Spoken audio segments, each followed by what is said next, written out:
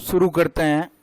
2014 में BSTC की परीक्षा में हिंदी के किस प्रकार के प्रश्न पूछे थे। पहला प्रश्न है, निम्नलिखित में से कौन सा वाक्य शुद्ध है। शुद्ध वाक्य पूछा है तो उसके प्राण की बाजी लगा दी, तो उसने प्राणों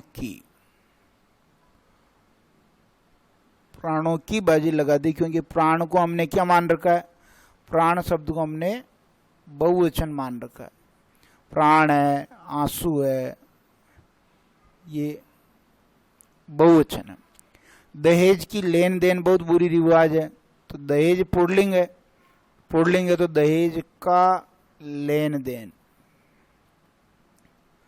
और बुरी की जगह आ जाएगा बहुत बुरा। दहेज का लेन देन बहुत बुरा रिवाज है, यहाँ लिंग संबंधी अशुद्धि हो गई। एक फूलों की माला ले आइए, तो यहाँ जो ये एक शब्द है फूलों की, यहाँ आ जाएगा फूलों की एक माला ले आइए, वह महल पीले पत्थरों से बना, ये बिल्कुल जो है सही वाक्य है, शुद्ध वाक्य पूछ रहा था। ऑप्शन नंबर अपना 4 जो है सही हो जाएगा। राजा नल की स्त्री का नाम दमयंती था, तो यहाँ जो स्त्री है वो सामान्य महिला के लिए आता है। यहाँ हमारा जो उत्तर होगा वो होगा राजा नल की पत्नी का नाम दमयंती था। ऑप्शन नंबर 3 अपना जो है सही उत्तर है। निश्चल शब्द में कौन सा उपसर्ग है। उपसर्ग पूछा है, तो उपसर्ग पूछा है तो उपसर्ग आगे है, अब ये उपसर्ग होगा अपना निस। कौन सा उपसर्ग होगा, निस। ऑप्शन नंबर 4 अपना जो है सही है। चाहे निस ऐसा लिखा जाए, चाहे निस ऐसा लिखा जाए, और चाहे निस ऐसा लिखा जाए, तो भी उपसर्ग तो हमेशा निस ही होगा। अन्वेषण शब्द में कौन सा उपसर्ग है। अन्वेषण में देखिए, अन्वेषण की संधि करते हैं अपन, तो अनुदन एषण, अनुदन एषण। कौन सी संधि हो गई, यहाँ ए हो रहा है, एक मात्रा लग रही है, यानी ए ओ अर होता है तो गुण संधि होती है। कौन सी संधि होती है, गुण संधि होती है। ए ओ अर होता है तो गुण संधि कैसे हुई, देखिए ए न में से मैंने यहाँ ऊ स्वर निकाल दिया, ये ऐसा ऐसा कैसा लिख दिया। अब ये ऊ के बाद असमान स्वर आ रहा तो ऊ बदल गया व में। ऊ किस में बदल गया, व में। तो देखिए ये व के अंदर ए स्वर लगेगा तो वे पूरा बन जाएगा, और ये क्षण आगे पूरा का पूरा ही है, और ये आधा न इसके लग जाएगा, और ए यहाँ से उठा लिया, अन्वेषण हो जाएगा। इस प्रकार इसमें उपसर्ग कौन सा हुआ, अनु हुआ, क्योंकि यहाँ हमने जो संधि की है वो अनु की है, तो अनु उपसर्ग हो जाएगा। आप अन कर देंगे तो गलत कर देंगे। कालिमा शब्द में प्रयुक्त प्रत्यय है। कालिमा में देखिए ये काला से, काला में ईमा लगाया तो कालिमा हो गया, तो ईमा प्रत्यय है। ऑप्शन नंबर 2 अपना जो है सही है। आवना प्रत्यय लगाकर बनाया गया शब्द है आवना प्रत्यय। आवना प्रत्यय जो किसमें लगाया, सुहावना में। यहाँ बिछोना में औना प्रत्यय है, खिलौना में भी औना प्रत्यय है, तो सुहावना अपना जो है सही उत्तर है। कृतज्ञ शब्द का सही विलोम है, कृतज्ञ का जो सही विलोम है कृतज्ञ है। कृतज्ञ का मतलब है जो किए हुए उपकार को माने, उपकार को मानने वाला, ये कृतज्ञ है। और कृतज्ञ उपकार को नहीं मानने वाला, ये हो जाएगा कृतज्ञ। अब यदि दयालु का अपन विलोम शब्द देखें तो दयालु का हो गया निर्दय, दयालु का हो गया निर्दय। और उदार का देखें तो अनुदार, उदार का विलोम शब्द अनुदार। निर्दय वापस नीचे आ गया। नैसर्गिक शब्द का विलोम शब्द है। पहले तो नैसर्गिक का अर्थ आना चाहिए। नैसर्गिक का मतलब होता है प्राकृतिक, प्राकृतिक। तो प्राकृतिक का जो विलोम शब्द हो गया कृत्रिम। सामयिक का विलोम शब्द करेंगे तो असामयिक, सामयिक का असामयिक। आगे देखिए त्योहार शब्द का शुद्ध रूप है। त्योहार शब्द का शुद्ध रूप ये भी गलत है, बिंदी नहीं आती है, डबल मात्रा भी नहीं आती, ये तो है ही नहीं। चौथा वाला अपना सही है, बिल्कुल सिंपल मात्रा। शुद्ध वर्तनी वाला शब्द है, शुद्ध वर्तनी वाला, तो ये प्रतीक्षा 3 वाला सही है, क्योंकि प्रति उपसर्ग ऐसा लगता है और ईक्षा इच्छा का मतलब देखना, इच्छा का क्या मतलब है, देखना।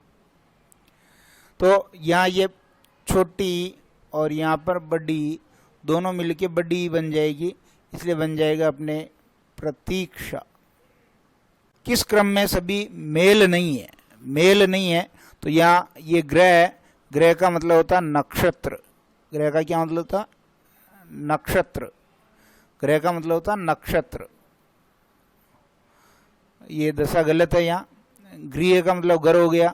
चिर बहुत लंबे समय से, चिरकाल से चली आ रही परंपरा। चीर ये वस्त्र का खंड बिल्कुल सही है। तरणी सूर्य, तरणी नाव। छोटीणी, अगर छोटीणी आ जावे, छोटीणी ये तो सूर्य, और अगर बड़ीणी आ जावे तो ये नाव, और एक तरुणी लिखा जावे, तरुणी, तरुणी का मतलब हो गया स्त्री। और यहां पर मातृ यानी केवल है, मातृ यानी माता, ये सही है। तो ऑप्शन नंबर अपना एक में ही जो है मेल नहीं है। स्वर संधि के भेदों का सही उल्लेख है। स्वर के 5 भेद हैं, दीर्घ, गुण, यण, वृद्धि और अयादि, बिल्कुल सही, ऑप्शन नंबर 1 सही है। यहाँ ये विसर्ग गलत है, यहाँ पर ये स्वर के ही भेद बता रहे हैं तो ये गलत है। यहाँ ये व्यंजन आ गया। कुल मिला के ऑप्शन नंबर 1 अपना सही है। किस क्रमांक में संधि का सही विच्छेद नहीं है, तो सही विच्छेद तो यहाँ देखेंगे, यहाँ होना चाहिए वाक दन ईस, ये हो जाता वागीस, ये सही होना चाहिए, तो यही गलत हो गया। सत धन मार्ग सन्मार्ग ठीक है। अनु धन छेद, ये चेक का आगम हो गया, बिल्कुल सही है। अभिषेक, ये जो सह जो षटकोण में बदल गया, बिल्कुल ठीक है। ऑप्शन नंबर 1 अपना गलत है। किस शब्द में तत्पुरुष समास है, तत्पुरुष समास पूछा है इसने, तो तत्पुरुष समास देखिए, आजन्म, जन्म से, ये तो हो गया आपके अव्ययी भाव। घनश्याम यानी काले बादल, केवल काले बादल करेंगे तो कर्मधारय हो जाएगा, लेकिन ऑप्शन के हिसाब से देख लेना, घनश्याम जो है कृष्ण का भी जो है पर्यायवाची है, तो ऑप्शन के हिसाब से अगर बैठ रहा हो तो इसको हम बहुरी भी कर सकते हैं। अनिच्छा यानी इच्छा नहीं, इच्छा नहीं, इस प्रकार का जो है ये नए तत्पुरुष होता है, एक नए तत्पुरुष, इस प्रकार का समाज जो है संस्कृत का है, कभी कभी ये भी पूछ लेते हैं। और तिरंगा यानी 3 रंगों का एक, 3 रंगों से बना तिरंगा, यानी ये अपने राष्ट्रध्वज के लिए भी आता है, तो ये भी बहुव्रीहि समास है, राष्ट्रध्वज। तो यहाँ अपना जो ऑप्शन नंबर 3 जो है सही हो जाएगा। नीलकंठ में कौन सा समास है, नीलकंठ, अब यहाँ पहले ध्यान दें, नीलकंठ यानी नीला है कंठ जिसका, नीला है कंठ जिसका। अब यहाँ कंठ की विशेषता, कंठ कैसा नीला, करना अपने को कर्मधारय चाहिए, लेकिन ये जैसे ही नीला है कंठ किसका, ये तीसरा अर्थ निकल गया, अन्य अर्थ निकल गया, और अन्य अर्थ है इसका है शिव, भगवान शिव। जहर को इन्होंने कंठ में रोका, इसलिए नीलकंठ कहलाते हैं। तो यहाँ शिव तीसरा अर्थ निकलते ही अपना जो उत्तर हो जाएगा वो कौन सा हो जाएगा, बहुव्रीहि समास। किस क्रमांक में अभिराम और अविराम शब्द युग्म का सही अर्थ है। अभिराम, ये जो पहला अभिराम है इसका मतलब तो सुंदर, और अविराम, विराम यानी रुकना, अविराम यानी बिना रुके, बिना रुके, तो लगातार भी हो सकता है इसका। तो यहाँ सुंदर और लगातार ऑप्शन नंबर 4 में नजर आ रहा है, ये अपना जो है सही उत्तर है। इतिहास के पूर्व का के लिए प्रागैतिहासिक, ऑप्शन नंबर 3 सही है, प्राक्धन ऐतिहासिक, प्रागधन ऐतिहासिक। संधि के कारण ये बदल गया ग में, और ये क ग में बदला और ऐ की मात्रा लग गई तो प्रागैतिहासिक। और अगर ये इतिहास की बात, ऐतिहासिक की बात करें तो ये इतिहास धन इक से बना, इतिहास धन इक ऐतिहासिक। कौन सा शब्द तद्भव है, तद्भव शब्द पूछा है, तो नीरज, सरोज और उरोज ये तद्भव है। कौन, ये तत्सम है, सॉरी, नीरज, सरोज और उरोज क्या है, ये तत्सम शब्द हैं, क्योंकि संस्कृत में ऐसे कैसे काम आते हैं। सूरज हमने इसको हिंदी में तद्भव कर दिया, जबकि संस्कृत में इसको सूर्य कहते थे। ये तत्सम है इसका। ऑप्शन नंबर 3 अपना सही है। तत्सम शब्द का चयन कीजिए। तत्सम यानी जो संस्कृत का है, पाहन का पाषाण, पाहन का तत्सम क्या होगा? पाषाण। दांत का तत्सम होगा दंत, और पाषाण यहां आ गया तो पाषाण अपना सही है। इकट्ठा का जो है तत्सम होगा एकत्र। तो कुल मिलाकर के ये तद्भव है, ये तद्भव है, ये तद्भव है, पाषाण अपना तत्सम हो गया। निर्देश कह रहा है कि निम्नलिखित अनेकार्थक शब्दों का एक एक अर्थ उनके सामने दिया गया है, उनका एक दूसरा अर्थ दिए गए 4 विकल्पों में से एक है जो इसको चुनना है। देखिए यहाँ कह रहा है कि अंक का मतलब संख्या है, अंक का एक अर्थ संख्या है, तो इनमें से और कौन सा अंक का अर्थ निकलता है? तो अंक का अर्थ निकलता गोद। अंक का क्या अर्थ निकलता है? गोद। तो इसमें जो अपना गोद बिल्कुल सही हो जाएगा। गोद उत्तर अपना सही है। ऑप्शन नंबर जो है 2 बिल्कुल सही है। ऑप्शन नंबर 2 बिल्कुल सही है। फिर आगे देखिए, अचल। अचल का अर्थ देर का स्थिर। अचल का अर्थ क्या? देर का स्थिर। तो अब अचल का एक अर्थ और क्या होगा? सागर नहीं हो सकता, पृथ्वी नहीं हो सकता, आकाश नहीं हो सकता, पर्वत। बिल्कुल अचल अपन किसको कहते हैं? पर्वत। जो चल नहीं सकता, अचल पर्वत का भी पर्यायवाची है। तो ऑप्शन नंबर 4 अपना सही निकल जाएगा। चादर के बाहर पैर पसारना, मुहावरे का अर्थ पूछा है इसने। चादर के बाहर पैर पसारना यानी आमदनी तो कम और खर्चा अधिक, तो आय से अधिक खर्च करना, आय से अधिक व्यय करना। ऑप्शन नंबर 4 अपना बिल्कुल सही है। निम्नलिखित मुहावरों में से किस मुहावरे के सामने लिखित अर्थ सही नहीं है?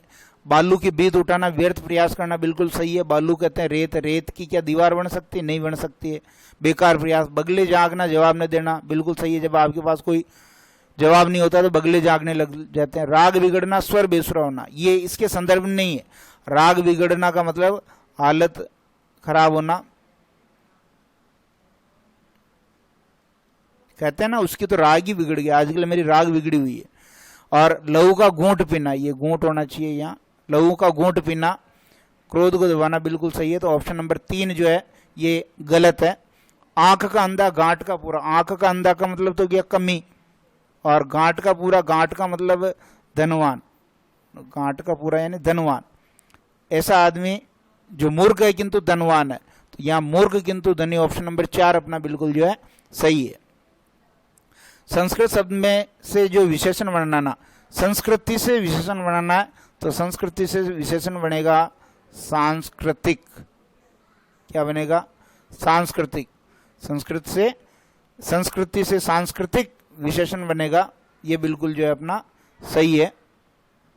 निम्न में से किस वाक्य में सकर्म क्रिया का प्रयोग हुआ? तो राम भूल जाता है, यहाँ कर्म नहीं है। मैं जाता हूं, यहाँ भी कर्म नहीं। कोयल उड़ती है, ये भी कर्म नहीं। बाबूलाल पुस्तक पढ़ता है, क्या पढ़ता है? क्या पढ़ता है? पुस्तक पढ़ता है। कर्म का उत्तर आ रहा है, इसलिए ऑप्शन नंबर 4 आपका सकर्म क्रिया का उदाहरण है। गजवसा का पर्यायवाची नहीं है। गजवसा कुंजरा सरा भी कहते हैं, क्योंकि केला है, रंबा भी केला है और केला भी केला। मुकुल, ये आपका सही उत्तर है। ये करेक्ट आंसर है, ये सही आंसर है, बिल्कुल ये सही उत्तर है। और ये जो सही उत्तर है, ये आपका जो मुकुल है, ये मुकुल अर्थ है कलिका का। मुकुल अर्थ किसका? कलिका का अर्थ है मुकुल। बाणों को रखने का साधन है। बाणों को जिसमें रखा जाता है, जो धनुर्धर होता है, धनुर्धर ये पीठ के पीछे बांध के रखता है, उसे कहते हैं अपन तुणीर, जहां पर बाणों को रखा जाता है। देखिए ये रे लेव है, किस वर्ग के व्यंजन है? ये रे लेव है, ये अंतस्थ वर्ण है। ये रे लेव कौन से वर्ण है? अंतस्थ वर्ण है। ये रे लेव को हम जो है वर्णमाला में अंतस्थ वर्णों के अंतर्गत लेते हैं। अब ध्यान दें, तालव्य है। तालव्य 6 वर्ग हो गया। 6 वर्ग, कंठ के बाद तालु से इसका उच्चारण होता है, 6 वर्ग। और यदि आप यहाँ जो है ये तालव्य से भी पढ़ते हैं तो स का भी उच्चारण उससे और रे का भी उच्चारण तालु से होगा। उष्म, उष्म का मतलब हो गया आपके हो गए उष्म वर्ण के अंतर्गत आ जाएंगे। ये रे लगे तो इसमें आ गया श और है, ये 4 वर्ण जो है उष्म कहलाते हैं। और ओष्ठ, ओष्ठ पै वर्ग, ओष्ठ कौन सा हो गया, पै वर्ग, ओष्ठ जो है पै वर्ग ओष्ठ कहलाता है। और क्ष वर्ण किस वर्ण के व्यंजन है, क्ष वर्ण किस वर्ग के व्यंजन है, तो ये संयुक्ताक्षर हमने पढ़ा था, क्ष त्र ये और श्र। क्ष देखिए ये बनता आपके क और स से, त्र बनता आपके त और र से, ज्य बनता ये आपके ज और य से, और श्र बनता आपके स और र से। तो यहाँ अगर अपन ऑप्शन देखेंगे तो क और स ऑप्शन नंबर 2 अपना जो है बिल्कुल सही निकल रहा, बाकी के ऑप्शन नहीं है। तो ये हिंदी का महत्वपूर्ण प्रश्न पत्र हमने हल किया, बहुत सारी नई चीज़ें सीखी, वोकेबलरी बढ़ी, अपनी शब्द ज्ञान बढ़ा।